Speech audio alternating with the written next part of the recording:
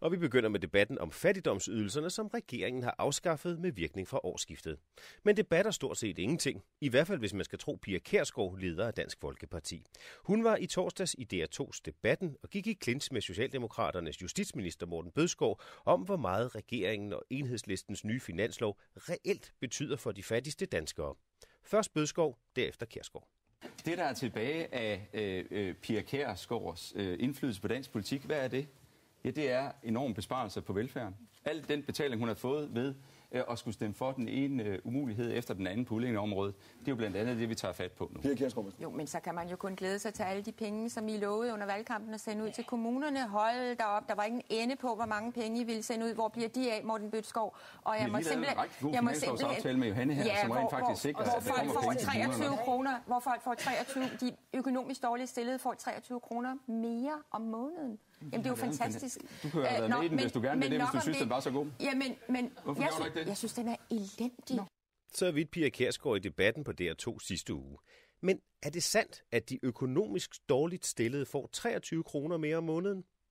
23 kroner er størrelsen på den grønne check, som var Enhedslistens pris for at være med i finanslovsaftalen.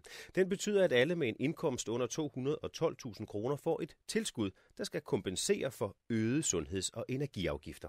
Så den kommer rent faktisk dårligt stillede danskere til gode med 23 kroner om måneden. Men med finansloven afskaffer regeringen også starthjælpen, som betyder, at i hvert fald 4.000 mennesker får mindst 2.000 kroner mere om måneden efter skat. Og andre tal fra Beskæftigelsesministeriet viser, at også de mere end 5.000 personer på introduktionsydelse vil få ca. 4.500 kroner mere om måneden. Jeg har spurgt Pia Kjærsgaard, hvor hun har det fra, at de økonomisk dårligt stillede får 23 kroner mere om måneden.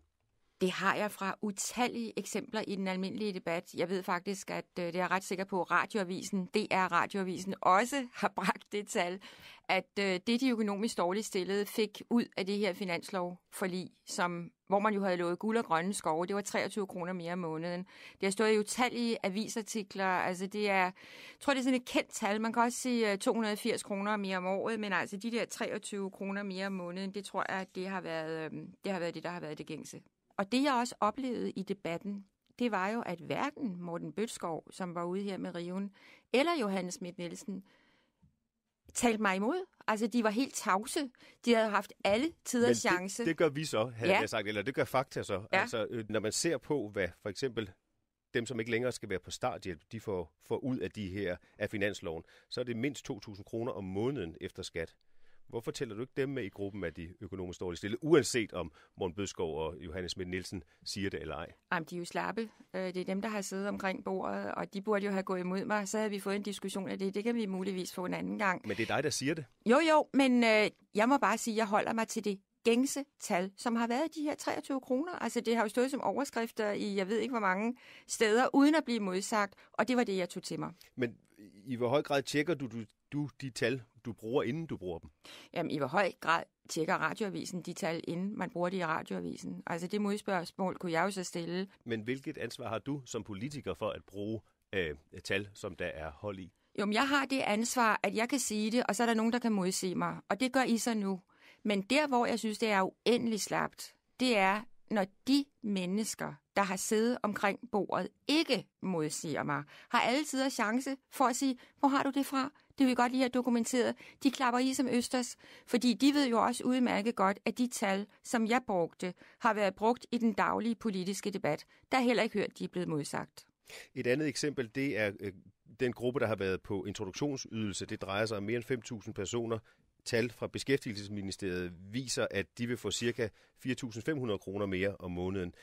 Så er det sandt, når du siger, at de økonomisk dårligt stillede får 23 kroner mere om måneden med den nye finanslov? Jamen, jeg må jo forholde mig til, at de tal, der er blevet forelagt mig, og der kunne medierne måske også gøre lidt mere ud af, og have et bedre baggrundsmateriale, som vi politikere så går videre med.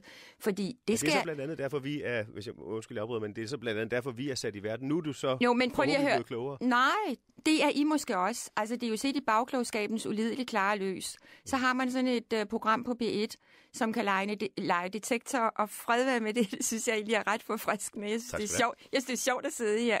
Men I kunne måske have gjort det for et halvt års tid siden.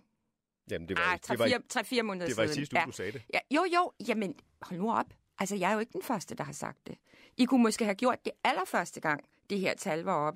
Altså, der må så jeg du mener, at tallet er fejlagtigt? Nej, det mener jeg ikke, det er. Men I kan jo så heller ikke mene det, når I umiddelbart efter man har lavet den her aftale med den røde løftebrudsregering, har lavet den her aftale, så kunne I jo sagt, hallo, alle de gange, hvor tallet har været nævnt.